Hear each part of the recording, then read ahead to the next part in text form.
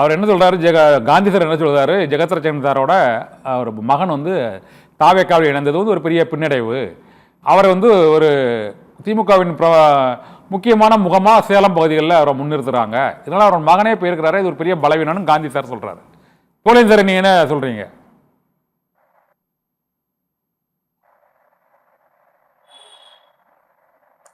Sir சொல்லுங்க sir. அனைவருக்கும் வணக்கம். வணக்கம், சொல்லுங்க சார். வணக்கம், சொல்லுங்க. நடந்துகிட்டு இருக்கிறது ஆட்சியா இல்ல காட்சியா அப்படின்னு தெரியுமா?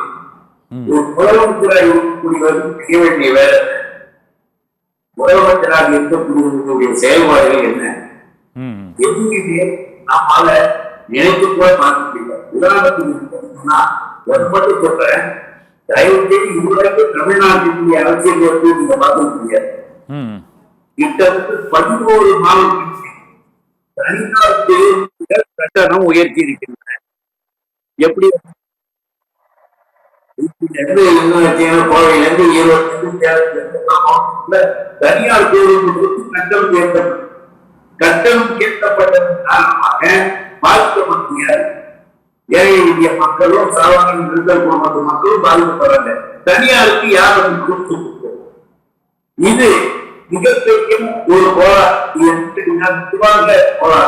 இல்ல செஞ்சது. இதுதான் கேள்வி. விஜயனுடைய ஆட்சி அப்படின்னு போட்டு யாராக இருந்தாங்க பிறகு முறையாக சரியா என்ற கேள்வி இல்ல நீங்க கொடுத்துக்காதீங்க.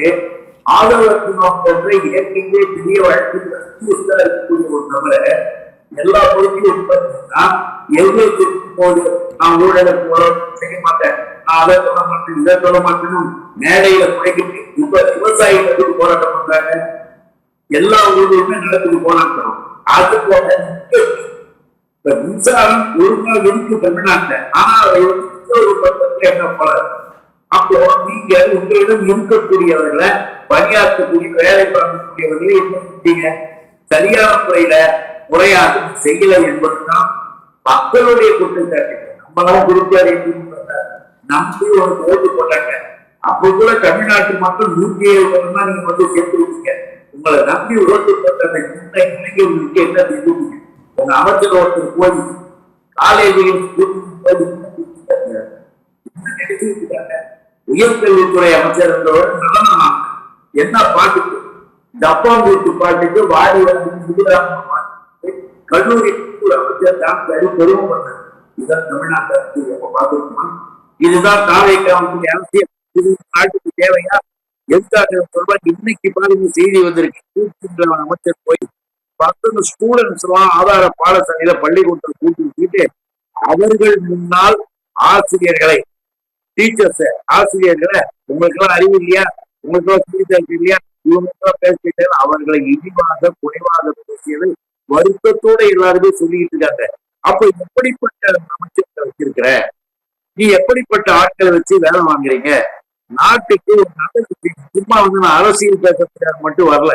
உங்களுக்கு அரசியல் வந்து ஆரோக்கியமா நம்ம பண்ணலாம்.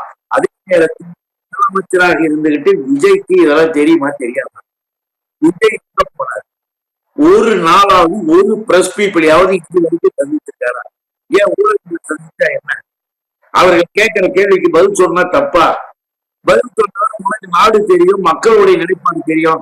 அதையெல்லாம் இதை பற்றியுமே கவலைப்படாமல் இந்த நாட்டுல என்ன நடக்குது தெரிஞ்சுக்காம இன்னைக்கு போகுது. நாம கேட்கிறோம், தனியார் பேருந்து இதுக்கு கேட்கிறோம்னா விலையேற்றி வச்சுட்டாங்க. 10 ரூபாய் இருந்த டிக்கெட் 15 ரூபா போடுறாங்க.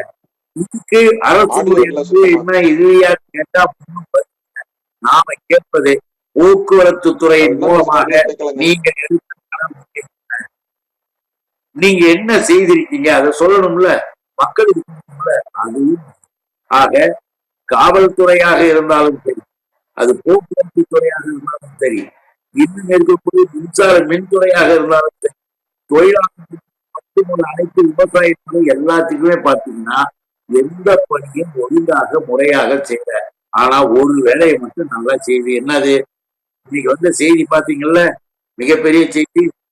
நெம்மதியில நெம்மேலியில என்ன செஞ்சாங்க? நெம்மேலியில 2006 இன்றைக்கு எங்களுடைய தலைவராக இருக்கின்ற அண்ணன் தளபதி அவர்கள் அவர்கள் 2006 உள்ளாட்சித்துறை அமைச்சராக இருந்தார். உள்ளாட்சித்துறை அமைச்சராக இருக்கின்ற போது சென்னை மாநகருக்கு குடிநீர் பிரச்சனை வரக்கூடாது அப்படின்ற நடவடிக்கை எடுக்க நினைச்சது யாரு? அவர்தான். உங்களுக்கு எல்லாம் அந்த மாதிரி ஒரு அக்கறை இருக்கா? 50 நாள் ஆச்சு ஆட்சிக்கு வந்து, ஏதாவது ஒன்னாவது பேசுமா, எதையாவது பேசிருக்கியா, ஒரு நடவடிக்கை எடுத்திருக்கீங்கன்னா ஒண்ணுமே இல்லை. ஆனால் உள்ளாட்சித்துறை அமைச்சராக இருந்து எடுக்கிட்ட அந்த கடல் நீரை குடிநீர் திட்டம் இது முடிந்தது. முதல் முடிஞ்சதற்கு பிறகு மீண்டும் ஆட்சிக்கு வந்தோட 2024 பிப்ரவரி 20 30 பேருக்கு அது குடிநீர் பிரச்சனையை தொடர்ந்து நிரந்தரமாக செஞ்சது எங்களுடைய தலைவர் அண்ணன் தளபதி. நீங்க பாருங்க, அது முடிவடையக்கூடிய ஸ்டேஜில் இருக்கும் ஆட்சி மாறி